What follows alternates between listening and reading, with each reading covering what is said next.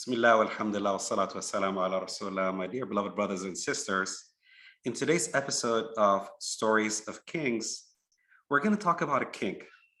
And usually you're going to find a theme that kings usually have very wise ministers next to them, people that they counsel them and they get their opinion, people that they know they're wise and they can depend on with a lot of words of wisdom and that they know the different cultures and how to negotiate in peace and war and just different things.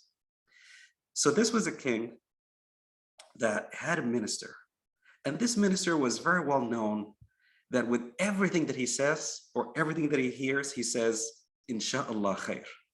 Insha'Allah, it's good. Allah means the best.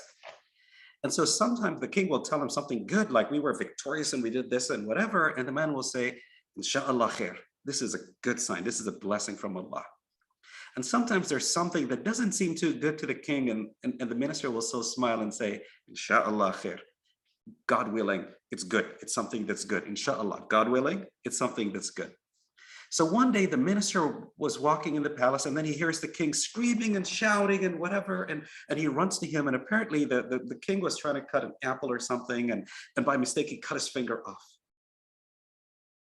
And so the minister runs to him and he says, and the king is screaming and shouting and says, how are you doing, my king? He says, I cut my finger off.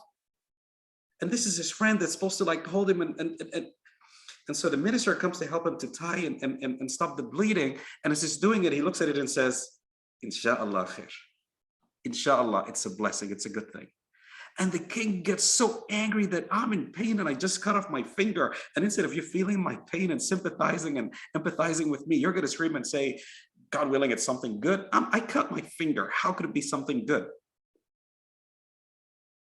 And so the king was so angry and said to his soldiers and his bodyguards, he says, take this man and throw him in jail. And he says, what do you think of it now? And the minister smiles and says, Insha'Allah khair. Imagine he's throwing him in jail and he looks at him and says, Insha'Allah khair. Well, this story happened over 1,000 years ago. And back then, a lot of the civilization that lived by the River Nile in Northern Africa, they had certain beliefs. And some of their mystic beliefs was that, and we'll explain that here in a minute about the mystic beliefs, but I want to put things in perspective. Now that king, there's some tribes that did not like that king so much. So what did those tribes do? They tried to attack, and the minister, who was the closest person and was allies with a lot of the people, now was in jail. So the king didn't have a point of contact. And before you know it, they invaded the city and they took over it and they imprisoned that king. And now the enemies have taken over the entire city. But while they were there, in the third day of throwing him throwing this king in prison and taking over it and whatever, something strange happens, and that is the River Nile started to flood. It starts to rise. When it raises, it's called Damira, and it starts and it reaches that high point of flooding. In the old 1,000 years ago, the old culture, they believed that you need to throw someone into the river, like there's a god or a goddess of the river, and you need to throw someone in there, someone that is very prestigious or someone that is very beautiful, and to please the gods of the Nile, so the River Nile will descend again. And so they started looking around, who's the most prestigious and honorable person that we have? And they said, oh, we have the king. We captured the king and the king is in jail. Go bring him. Let's wrap him and throw him to the River Nile. And basically they're going to wrap him and throw him, and so that he dies in the River Nile. As they were wrapping him, this is the most honorable, beautiful, handsome person, prestigious person that we have. They realized that his finger was cut, defective. And the River Nile, the gods of the River Nile do not accept anything that has a defect or not honorable enough. They said, wow, his finger is cut off. We cannot throw him. We need someone else to throw there. And so at that moment, the king realized that they're not going to kill him. They're not going to throw him in the Nile. And what saved his life was that cut finger. So he says, oh my God, that is what my minister meant when he said, Inshallah khair. This is what saved my life. That missing finger that I have is what saved my life. I can't wait until hopefully one day if I'm king again to thank him for what I did. Well, they started to look around for anybody else, and they found someone and they wrapped that person and they threw him in the River Nile instead. And in the days to come, there were certain people in the surrounding villages that loved and supported that king.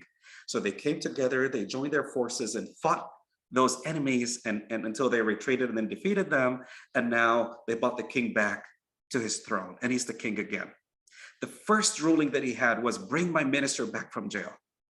And he hugged him and gave him gifts and said, my minister, forgive me for my mistake. When I cut my finger, and he said, Inshallah khair, I thought you hated me. I thought you know, that I doubted your love for me. But then when it saved my life, I realized what you meant. And it's always a blessing in disguise. God is so merciful.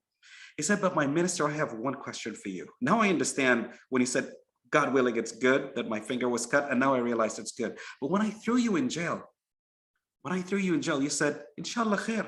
Yani, inshallah, yani, by the willing of, God willing, it's something good. How could it be good that I'm throwing you in jail? He says, my king, remember, they were looking for someone honorable to throw in the river. They looked for you and you were defective. Who's the next person after you? It's your minister. And they did not realize that I was thrown in jail. So you imprisoning me and throwing me in jail actually is what saved my life. Inshallah khair. So my brothers and sisters, as the Prophet ﷺ says, ajaban, and that's the moral of the story. The moral of the story is, no matter whatever happens to us, if it seems to be good, we're grateful to Allah and thankful. And if it seems to be something that we don't like or afraid of, don't you ever worry. Allah says in the Quran, وَعَسَىٰ أَن تَكْرَهُ شَيْئًا. It's possible that you hate something, and Allah puts so much good in it. So always be comfortable and assured in the mercy of Allah subhanahu wa ta'ala that there is good in whatever you see. There's a verse of the Quran that always when I read it, I feel like laughing. In that verse, Allah subhanahu wa ta'ala says, وَإِن كَرِهْتُمُوهُنَّ. And if you hate your wife, you get into an argument with your wife, your spouse, and you hate her, and the wife gets into a fight with the husband and you hate your husband, Allah says, وَإِن كَرِهْتُمُوهُنَّ. Karah means hate them, you hate them, not angry, but you reach that point that it's like, oh my God. Well, guess what? Allah says in the Quran, وَإِن كَرِهْتُمُوهُنَّ. And let me explain what it means before I even continue with the verse. It's, think about it this way. Think about it that we have a brother that is a very quiet brother, that's a very silent person, that doesn't like to talk, that doesn't like to argue. And then he gets married and his wife is the kind of woman, oh my God, all you have to say is just walk into the house and say, Salaam alaikum, and she will never stop talking and nagging. She's always nagging, do this, do that, you're supposed to do this, I told you to do this, I told you a million times, we have to go visit those people, we have to go do this, And the brother is just saying, oh my God, Allah, why are you doing this to me? Why did I marry this? What did I do to deserve this woman? I'm a peaceful, quiet person. Well, guess what? Allah subhanahu wa ta'ala knows you're quiet and boring. And if you married a wife that's quiet and boring like you, oh my God, you would have got divorced the first day. But Allah put a wife in your life that is full of energy and it's going to force you to go visit people and take care of your social duties and motivate you to do things. And that is what puts the balance in your life. We have another brother that is always argumentative, wants to argue about anything about politics, about what's happening in here, what's happening there, and why is this way, and why is that way. And he has a wife that's just always quiet. He asks her, honey, what's going on? And she's like, okay. What do you think about what's going on in this country and the politics? And she's like, whatever you think. And he's so angry. He's like, God, why did you give me a stupid, dumb woman? She doesn't talk, she doesn't argue, she doesn't discuss, she doesn't have her own intellect and debate with me. And he doesn't realize if Allah gave you a woman that talks and argues half as much as you do, you would have gotten divorced the first day, like during your honeymoon. But Allah gave you a woman that absorbs your personality and who you are. That's why Allah says, وَإِن كَرِهْتُمُوهُنَّ فَعَسَىٰ أَن تَكْرَهُوا شَيْئًا وَيَجْعَلَ اللَّهُ فِيهِ خَيْرًا كَثِيرًا. And if you hate your spouse and you get into arguments with your spouse, think about it, because you might dislike something about them, a character about them, but Allah has put so much love and passion and compassion and mercy in that character that it is what binds you and improves you and builds you. Beloved brothers and sisters, the moral of this story is very rich. It's that the secrets of happiness and joy, my brothers and sisters, is to know that God, Allah, is most merciful and wise in whatever he does. That is why there was an Imam called the Imam al-Balkhi. And Imam al-Balkhi, and usually back centuries ago, the Imam's convention where they used to meet each year was in Hajj. So he went to Hajj and he met different Imams from different countries. And some of the Imams came from Mecca, from Yemen to Hajj.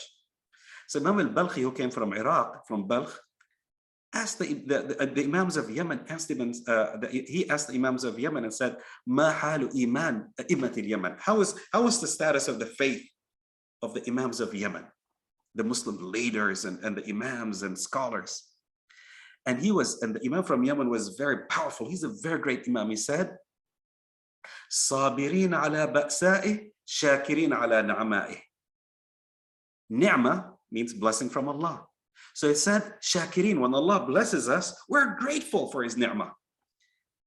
Bala means test. And when Allah tests us and there's hardships, we are patient, sabirin.